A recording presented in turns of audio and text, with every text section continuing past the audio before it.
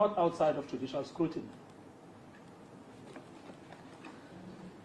So we say that what the minister also simply does not engage with the arguments. What he does is to traverse trite territory about polycentricity, arguments that have been long rejected because it has long been accepted that the mere fact that a decision is polycentric does not mean that it is immune from judicial review.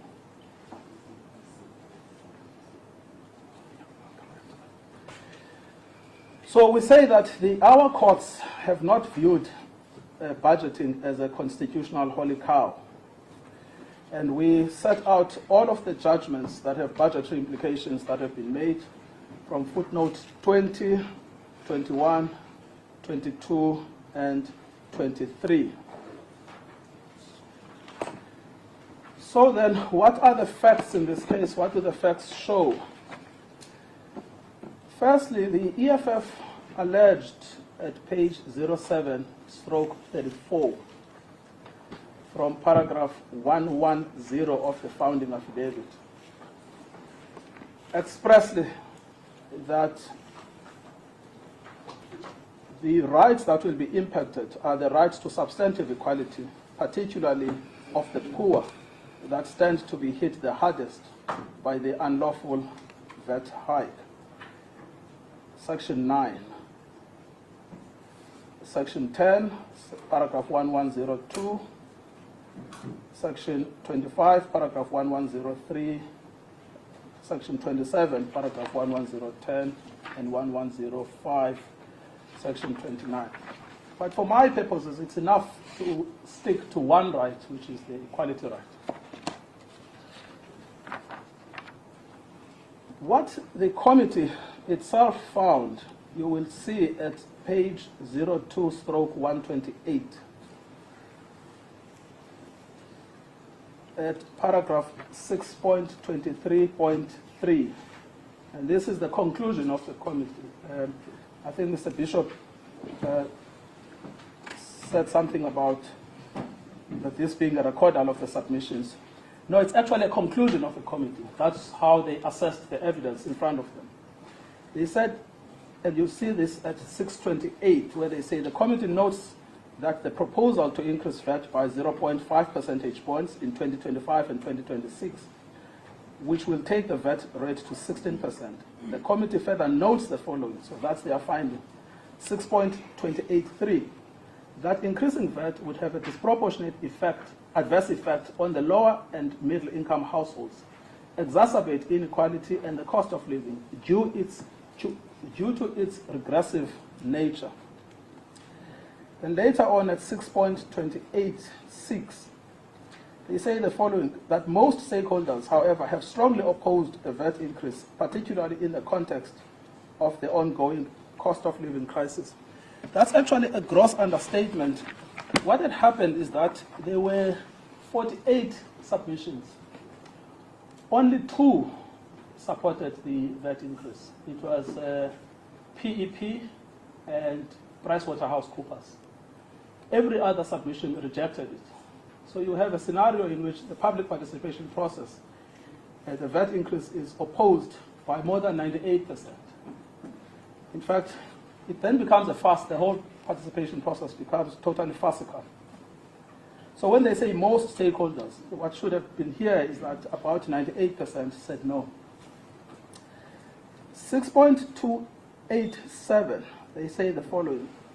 The committee therefore acknowledges that while the VAT increase contributes significantly to the revenue framework, it raises serious equity concerns and must be carefully monitored for its impact on low-income households. There is a need for ongoing assessments of mitigation measures and transparency regarding the revenue raised and how it supports inclusive expenditure priorities. Now you see that there was no such inclusion. They noted the problem, that there are equity concerns, that there should be mitigation measures, but there were no such mitigation measures. Doesn't this issue not go to the question of ambiguity or the fact that the conclusion reached or the conclusion reflected on the report is not supported by the narration Yes. of the committee and what the committee actually debates and finds in its report. No, look, my lady, if I may say, this is an excellent point. It buttresses I had seen it as an equality point, but it's also a rationality point. And then the solution, if one recalls, that was proposed by the minister was to zero rate certain items. But that is expressly rejected by the committee at 6.30, where the committee says, the committee notes the National Treasury's position on zero rating is a blunt instrument, as poor households still pay VAT on non-zero rated products and services. The committee recommends that the National Treasury should consider the recommendations made by the stakeholders on the list of zero rated items, which include an establishment of an independent expert panel to evaluate. So they did not find that the zero rating is sufficient protection for the inequality problems that the increase would exacerbate. And then at 6.31, as the committee notes the decision to not adjust PIT brackets for inflation, generating 19.5 billion in additional revenue. And then look at what happens next. The committee is concerned about the impact on lower and middle income households and recommends that National Treasury assess the equity implications of the fiscal grant and explore alternative progressive tax measures. And at 6.33 on the same page, the committee recommends that National Treasury and SARS should reconsider these proposals and engage further with the stakeholders to assess the viability of selected alternatives, especially where proposals are supported by credible empirical evidence. So I've taken 6 parts of the report where the committee itself acknowledges expressly that the 0.5% will exacerbate inequality. And this is in a country which already on the Gini coefficient is the most unequal in the world. Now, none of these were actually considered, these concerns, when the decision was made. The mitigation measures that were mentioned were simply not brought into operation. So it's therefore clear on the facts that the 0.5% percentage increase is a regressive measure. It exacerbates inequality. It is therefore in breach of Section 9 of the Constitution. You would therefore expect to find a substantive justification in the answering papers. The problem is that the answering affidavit of Parliament avoids the topic altogether. In fact, it says this is not the issue before court. It's not clear how they could have come to that conclusion in the light of the EFF intervention that squarely raises the problem. And then you think, well, maybe the minister will give a substantive justification based on the equality concerns. But you also find that the minister does not, in fact, justify the 0.5% other than by saying we need additional revenue to cover a number of other government spending requirements.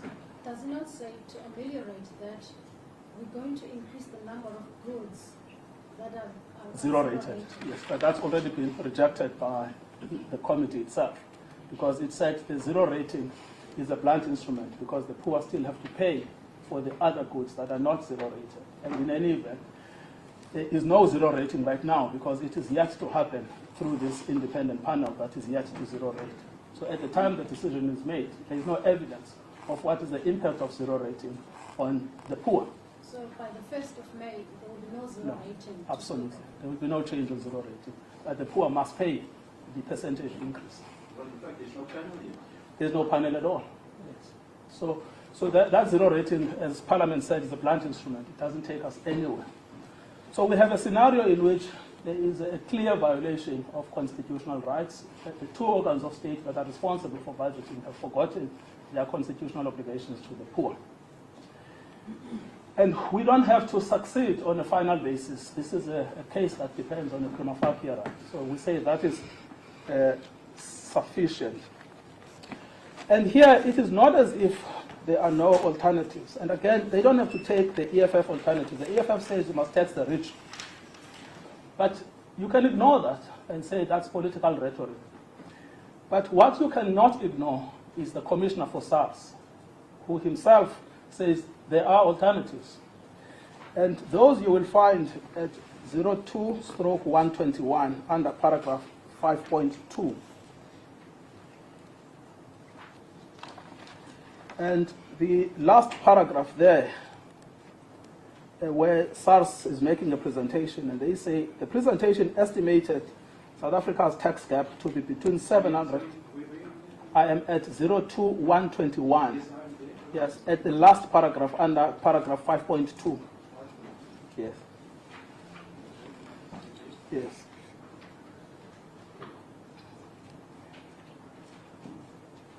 Yes. So this is what SARS says as clear alternatives.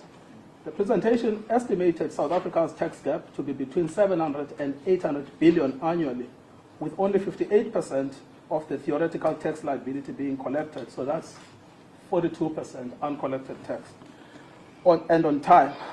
SARS identified key under-resourced areas, including illicit trade, syndicated tax crimes, aggressive tax planning by large businesses, international tax compliance, high net worth individuals, ports of entry, and debt recovery. So that's where they say the money will come from. SARS outlined immediate and medium-term plans to enhance compliance and revenue recovery. These include expanding the debt default recovery program, which is in a pilot phase, resolved over 600,000 cases and collected 25.2 billion in cash over 15 months at a cost of 300 million. SARS plans to increase full-time equivalents from 858 to 2,500, with the goal of collecting 20 to 50 billion annually. Additional strategic investments of 2 billion per year are required to support this effort. And then that goes on to the last paragraph in that page. So the point is that Parliament itself and the Minister himself were told by the Commissioner of SARS that there are alternatives to the VAT increase. They were not told by my clients or the DA or anyone. They were told by their own Commissioner. Just going back to the policy choice question and the courts, how far can the court interfere in that arena? Well, where SARS says and the Minister says, well, these are the policy choices that we've made. We've looked at alternatives, and we find that VAT is the best alternative in the circumstances. How far can the court say, well, we question that because we think that it will leave the poor worse off than this other one? Can the court say that? Yes, if the Bill of Rights is implicated. The problem is that the Bill of Rights is actually a trump. So you have to make those. The law is not that the government can simply assert that we've made this policy choice. The law requires the government to account by reference to the standard in the Constitution about why they have made policy choices and why they have rejected certain alternatives which were made and made available to them. So there is no constitutional blank check simply because you use the phrase budgeting.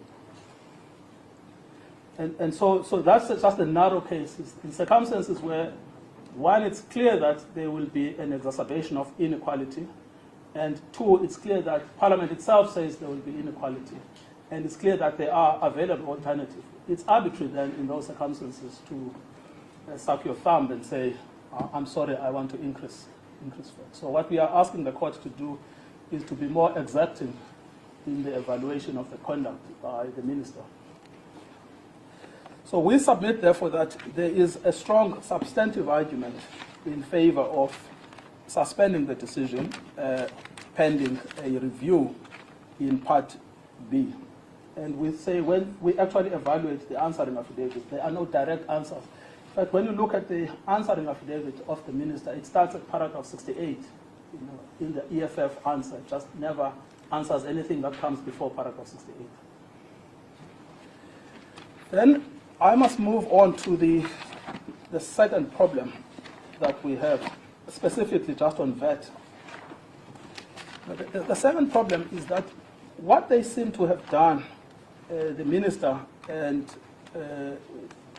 those who promoted this vote in Parliament, is they have simply said, look, it seems the Action SA fell for it. But it doesn't matter. Action SA were acting as members of Parliament, not as a separate political party. was to say, look, don't worry about this. We can put in a condition that we will change this in due course. So vote for it. Now, there is a fundamental problem with adopting that approach. It may be politically convenient, but it's deceptive. And public power should not be used deceptively.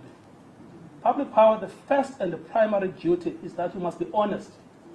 Now, the minister's decision has not been directly attacked by the EFF. No, we say that we don't have to because our challenge is because you remember that the deception did not come in the introduction on the 12th of March. It came on the 1st of April. So we say you've got to look at his conduct in totality. His conduct in totality reveals deception. Yes, no, I understand that, but what I'm saying, the relief sought, there's no, if I recall, there's no order sought against the minister's decision to say, you impugn this decision, this conduct, and therefore the decision must be set aside, or must be reviewed, or we must do something about it. So there is no direct challenge against the minister. Yes. That's what. The challenge is against the reports of Parliament. Yes, no, your leadership is correct. What we submit there is this, that the minister's decision under section 7.4 is part and parcel of the budgeting. Unlike the DA, we don't accept that if the fiscal framework is set aside, there is a self-standing decision of the minister that survives the setting aside of the fiscal framework. Our reading of section 7.4 is that the two are inextricably connected, especially when you look at the text of the section, which says if an increase is contemplated as part and parcel of the budgeting under section 27 of the PFMA, then the following must take place. We see that as meaning that because the increase is part and parcel of that budgeting in the fiscal framework, once the budgeting in the fiscal framework falls, so does the minister's decision. So once the resolutions from Parliament are set aside, Yes. then you're saying section 7.4 cannot come into operation, or rather the announcement cannot become effective at the 1st of April. No, not independently. Because this is what the minister again has said, it really becomes a problem when politicians act like this. Throughout, the minister did not on the 1st of February say, I'm trying to increase VAT.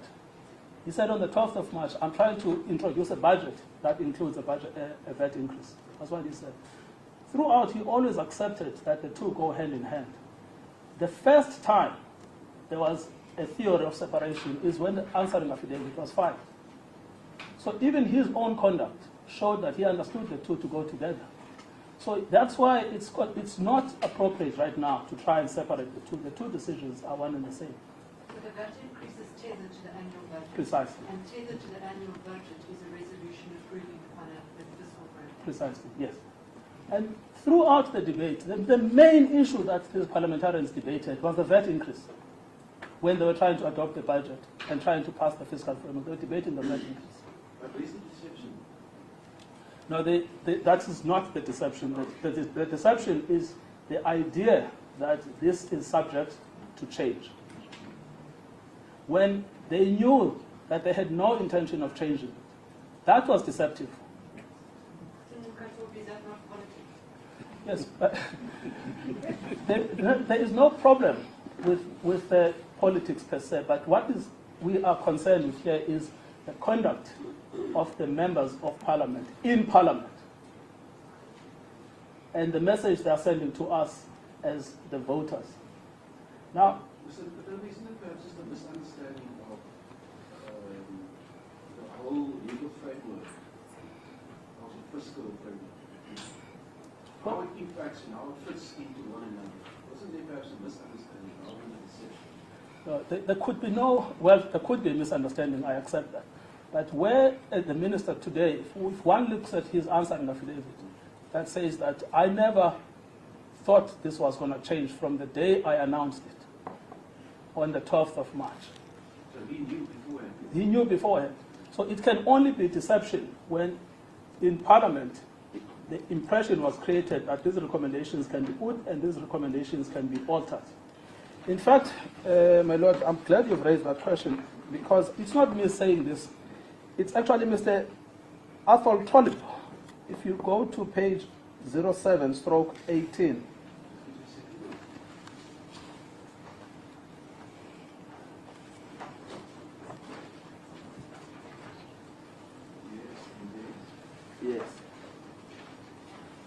So 07/18, paragraph 47, says Athol Trollip, who is an MP and Action SA's national leader, is on record making this exact point in a media briefing he hosted on 2 April 2025, following the National Assembly and NCOP's adoption of the impugned report. In that briefing, he made the following statements.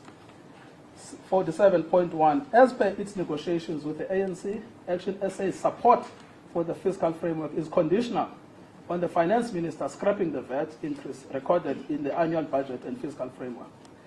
2, having expressed his irritation with his perception that the ANC is reneging from its appointment and misrepresenting the facts leading to the adoption of the impugned report, Trollip asserted that the ANC must implement Action SA's recommendations, which were the preconditions as stated. 3, pulling out his phone and reading his negotiation exchanges with the finance minister, he stated that the latter said to him, "I imagine you will be able to come up with proposals to replace the revenue proposals," to which Action SA made its conditional support proposals. It was at this point that the poison tree blossomed and gave rise to the impugned report fruit. It is that sequence of events that gave rise to Beasley amendment proposal as agreed with the finance minister and the ANC. And then it goes further. 4, Trollip went on record that following that precondition and concession, Action SA then approached and convinced Bosa and Rise Mzansi to vote in favor of the impugned report adoption. He repeated the condition in another interview to which I will refer to in a moment. So, it is him who said the minister has misrepresented the truth. So I say that the minister is guilty of deception. So once you have a budgeting process that is so colored by deception, it is fundamentally in breach of the duties imposed on members of parliament, especially our executive, national executive committee. So you cannot endorse a budgeting process where the deception is so clear. And in fact, you know, my lady and my lord, I've been reading from paragraph 47. If you actually go to the minister's answering affidavit, I just want to find it. The answering affidavit starts at 035. There's something that will shock you because the answer to the EFF is at 0351.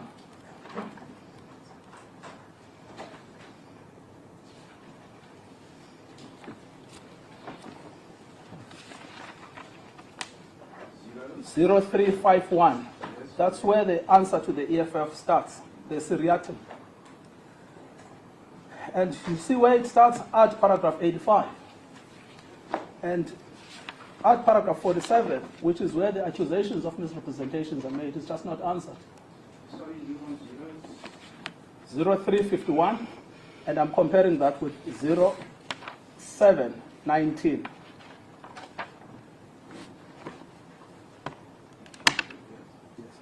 So if you go to 0351, where they start the seriatim response to the EFF at paragraph 101, they start with at paragraph 85. So compare that with paragraph 47, where the accusation is made by Trollip that the minister is guilty of misrepresentation. That is a very, very serious accusation. You would have expected that it would be met frontally. It's just not answered. So, what was the make of that now? well, it still comes back to whether or not a report that is undermined by deception and misrepresentation can pass the rationality standard. Because remember, the EFF challenges the report on substantive unconstitutionality and irrationality. One of the grounds for irrationality has been highlighted by the leadership presiding, which is there is a mismatch between the content and the outcome. But another one is that this is a report that is a product of deception. It's not honest what happened here. So at the time the minister engaged Action SA, he knew that Yes. sort of VAT rate which he announced in the 12 months cannot be Yes. changed. That's what he says now in the answering affidavit. You know, he says, from the onset, I made my decision on the 12th, and that was it. So then that calls into question then what on earth was he doing with Trollip lying to him? So you will see this right at the beginning of the minister's answering affidavit.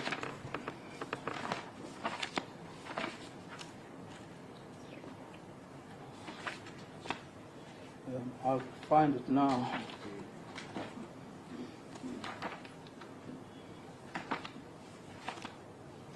Yes. So it starts at 03.12, paragraph 15, where he says, I exercised this statutory power, talking about section 7.4, on 12 March 2025. Then he explains.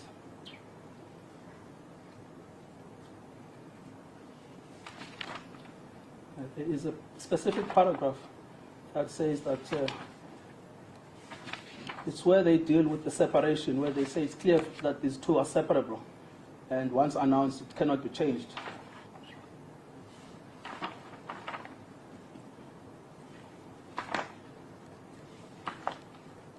I will find that. If I don't find it before I finish my argument, I'll tell the court at a later stage.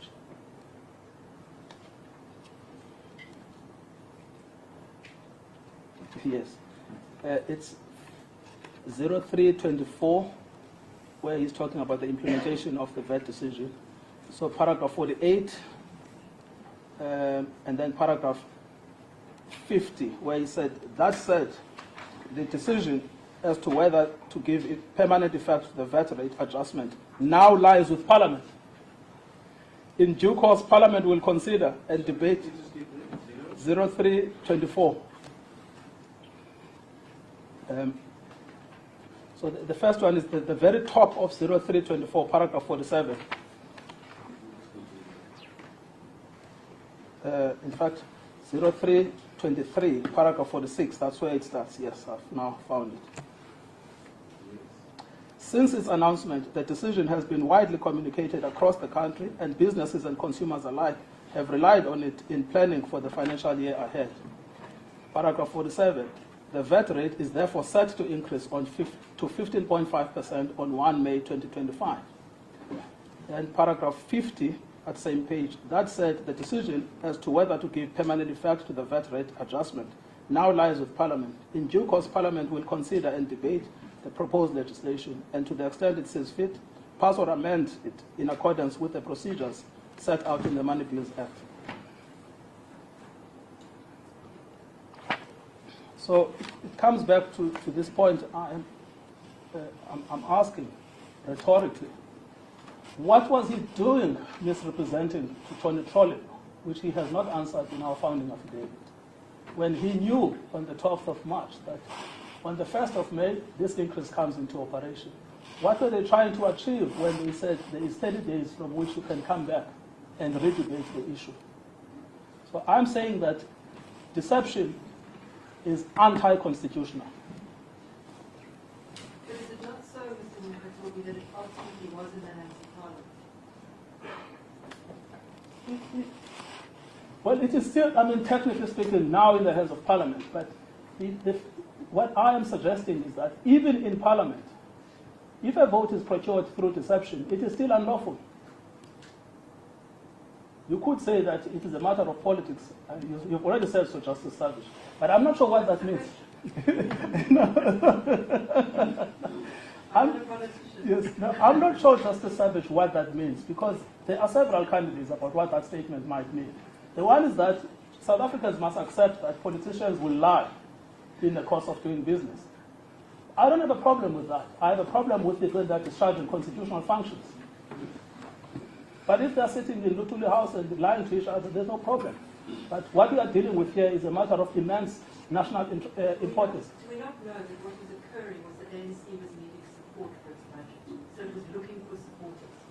It was looking for support from other political parties. Yes. So that was part of the process, was trying to secure it. It is absolutely clear. That's what they were trying to do. The problem is that... There's nothing wrong with that, but there shouldn't be such a problem. Precisely, because the contamination of deception is in the report itself. Because it's the report that says we're coming back in 30 days. So once the report is contaminated by that deception, then it is unlawful. It cannot be given legitimacy by the court. I just want to understand, there's two players here. We're talking about deception by Parliament or the committee, and a deception by the minister. Yes, So the one you're dealing with is a deception by the committee. yes. And is that, did the committee actually understand? Didn't they think that, well, the ministers must still come back to us? Is it a matter of deception, or is it a matter of maybe misunderstanding the legal framework or the 7-4 powers that the minister has? Well, there are two candidates to this. Maybe the two of them are together. Certainly on the minister's side, who now claims that I've made my decision, it comes into effect on the 1st of May, a case of deception can be established. But when it comes to what were the parliamentarians doing when they included in the report that this matter will come back, were they trying to deceive the public, or were they genuinely confused? If they were genuinely confused, it's still irrational. Well, I get your point. Yes. Now, so we will submit, therefore, that on both of those two grounds, there is a substantive unconstitutionality problem and a deception stroke grave confusion. Both of those contaminate the VAT rate increase so significantly that it cannot be given a stamp of approval by this court. That takes me then to the last of the three.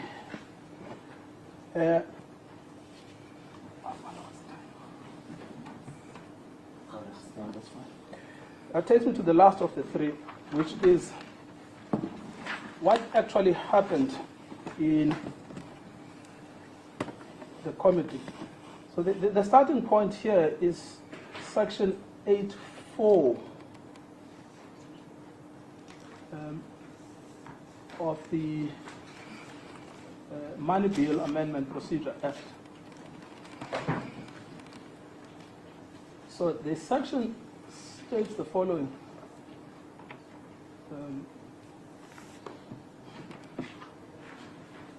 So section 8.1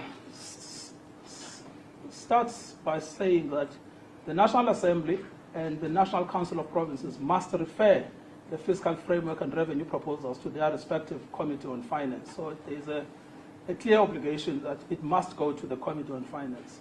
Section 8.2, the committees must conduct joint public hearings on the fiscal framework and revenue proposals. Section 8.3, the committees must, within 16 days after the tabling of the national budget, submit a report to the National Assembly and the National Council of Provinces as the case requires on the fiscal framework and revenue proposals. And then section 8.4, the report must include a clear statement accepting or amending the fiscal framework and revenue proposals. So there seems to be three distinct duties. The first is a National Assembly duty to refer the fiscal framework and the budget to their committee. The second duty is, once it is in the committee, there is a duty to conduct joint public hearings, both on the fiscal framework and the revenue proposals.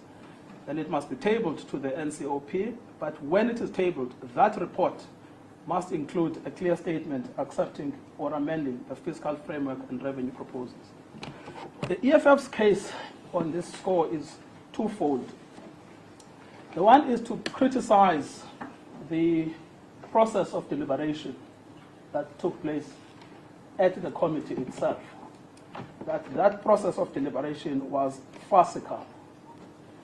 Now, if your ladyship and my lord go through the document I handed up, you will see a comparison. I think it's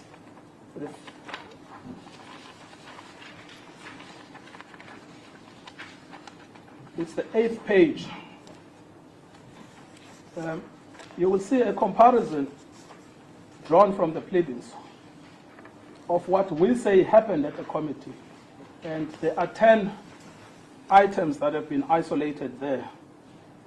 And what the speaker says and what the minister says.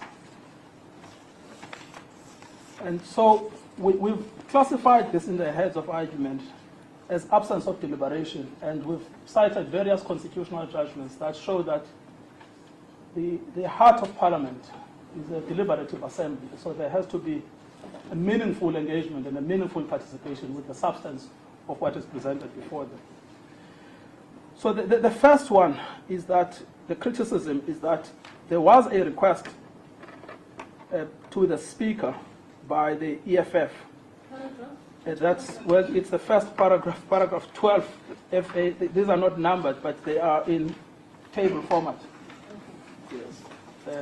So This is the letter that was sent to try and stop the vote. to try and stop the vote, yes. Which is admitted, but the minister says nothing about those. But the point here that is made is simply this: these are not the irregularities were brought to the attention of Parliament. It is not as if Parliament was unaware of the irregularities at the committee level. They were brought to its attention. So it approached this task with its eyes open about the problems. So it therefore accepts it. I know that the Speaker of Parliament responded to the DA and said that her advice is that there were no irregularities. That's all fine. But the point here is that if there were irregularities, these were brought to the attention of the Speaker prior to the vote. And so when they voted, their vote was to endorse those irregularities, which is not allowed by the Constitution. Then the second allegation that is made is this, and I think it was debated when Mr. Bishop was arguing, which is, however, this conclusion and the insertion in the impugned report, that's the insertion of the words accept, was done post the sitting of the Finance Committee and was not in fact deliberated upon and concluded by the Finance Committee, despite Sinawo Tambo, who is from the EFF, having proposed at the beginning of and halfway through the sitting that the Finance Committee starts off by taking a position on whether it accepts or wishes to amend the fiscal framework, which would in turn inform the report it was seized with, not the other way around. Now look at what the answering affidavit says of Parliament in the next column. It is correct that the insertion was made post the sitting of the committee. I refer to what I have stated and maintain that it reflects an accurate account and statement of what occurred at the meeting. The remaining allegations are denied. Now that allegation is very important because she never identifies where the item that is being voted on, accept or amend, is ever presented to the committee during the deliberation to vote on. Never identifies that. It's common cause, it was not there. It was not there. Yes. But what is concerning is the bold denial by the Speaker, who is herself a repository of public power, where she admits that the insertion came afterwards. And then there is a third, and again, this is not a technical fight. It's a fundamental element of Section 8.4 based on the rule of law. They have been given a power, and the Parliament has decided this is how the power is to be exercised. But they themselves, as lawmakers, are just deciding to ignore it. And then, Mr. Mukatobi, in that regard, it's also common cause that on the same day of the report, the 1st of April, both the EFF and the DA, their representatives from the committee, emailed the secretary of the committee and said that's not what was agreed in the committee. indeed, And this report is not accurate to reflect the situation. yes, indeed. And the following day, in spite of that, and in spite of them being to speak about that, the EFF, to say don't go ahead with the vote. Yes. It's rushed through and works. Yes, they rammed through. They thought we've got this gap now because Action SA is with us. Let's put it through. Arguably, there would be a basis in which to say that a report, an issue could be discussed by a committee, and the report could be a correct reflection of that report after the fact could then be sent to Parliament. In certain circumstances, fact dependent, that might be acceptable. But in this case, the facts show completely opposite. Yes, the facts show that the report was a distortion of what had happened. And that distortion was brought to the attention of the Speaker. The Speaker nevertheless ignored it. What is to be made of the word approved in the minute? whatever that word means, even if it means accept, it is still undermined by the condition, which is also included in the report. Because the section says clear statement, and once you put the condition, it takes away the clarity. So it's the main argument, by the way, by the speaker. It's to say sometimes they use approve, sometimes they use adopt, but they always shy away from accept, which is the language in section 8.4, because they know that accept is not conditional, even in contract. If you say I accept but, that's not an acceptance. So the third irregularity is then identified in the following section, which again is, objections being raised. And when you look at the answering affidavit, that's not being addressed directly. And there is a fourth one. There is a fifth one, Ken. A sixth one. Again, no answers. A seventh irregularity. An eighth irregularity. And what you say is the content hereof is denied, the content hereof is denied. A ninth irregularity. And a 10th irregularity. So we've taken the time to go through this quite carefully, and we've come up with 10 irregularities that simply cannot be answered. So I'm afraid what you have, what the court has, is that it has a report that is so fundamentally undermined by the irregular way in which Parliament conducted itself, which is in conflict with Section 8.4, and therefore cannot be given effect. What that really leaves is, well, can you do the separation? We've showed in our heads of argument that you can't come and rely on a different section after the event. If the minister's case was always, I'm increasing VAT, I don't care about the budget, and I don't care about the fiscal framework. That was never his case. That case came in the answering affidavit. So therefore, he was always trying to increase VAT as part and parcel of the budget and the fiscal framework. So he's bound by that election. Then, well, what is the court supposed to do? Well, we submit that it's inevitable that relief must be given to the EFF and the DA. The question is whether interim relief on the fiscal framework or final relief. We've asked for interim relief. Mr. Bishop, as I understand him, says that interim relief might not be appropriate because it would sterilize parliamentary processes until Part B is heard. It's unclear to us why it would, because if the current process is interdicted, it's clear that they may not proceed with it. But that doesn't mean they may not start a new lawful process. Can I just ask paragraphs 3 and 4 of the relief, which suspend the report of the spending committee and then the reports of Parliament after that? Has the vote not sailed in respect of that report? What would the suspension of the report do? Because that has already been, that's gone through the process and voted on. And so what would the suspension of the report of the standing committee do at this stage? Well, my lady, we do ask in paragraph 4 for the suspension of the National Assembly resolutions. What we were worried about is that a court might say that there was nothing wrong in the National Assembly resolutions, and therefore we had to attack both of them. But again, if you only gave us paragraph 4, theoretically, you still have the problem that you've got the poisoned report of the standing committee, which still remains and has not been suspended. And so my question goes to, is it not the setting aside that should be granted rather than suspension? Because a suspension, yes, what does it really do? Yes, it may not be just an equitable. But let me just say this. The relief that should be given is just an equitable under Section 172, and that's what Godin says.